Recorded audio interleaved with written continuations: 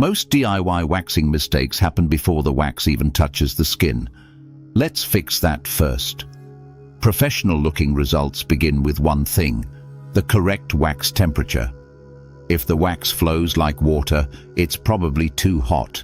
If it's too thick, it won't grip the hair effectively. The ideal consistency should look like warm, thick honey, smooth, glossy, and easy to control. Before applying wax, check the direction of hair growth. Hair rarely grows in one straight line. Apply the wax in the direction of hair growth while pressing firmly to help surround the hairs. Leave one edge slightly thicker. This creates a secure grip for quick, clean removal. Wait until the wax changes from glossy to a matte finish before removing it. Before removing the wax, hold the skin taut.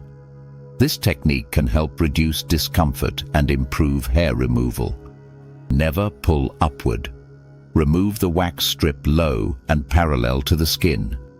Think fast, controlled and close to the skin, not high into the air. Immediately apply gentle pressure with your palm to help calm the skin.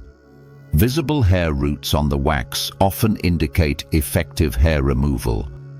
For the next 24 hours, avoid hot showers, excessive heat, tight clothing, and heavy oils to help minimize irritation.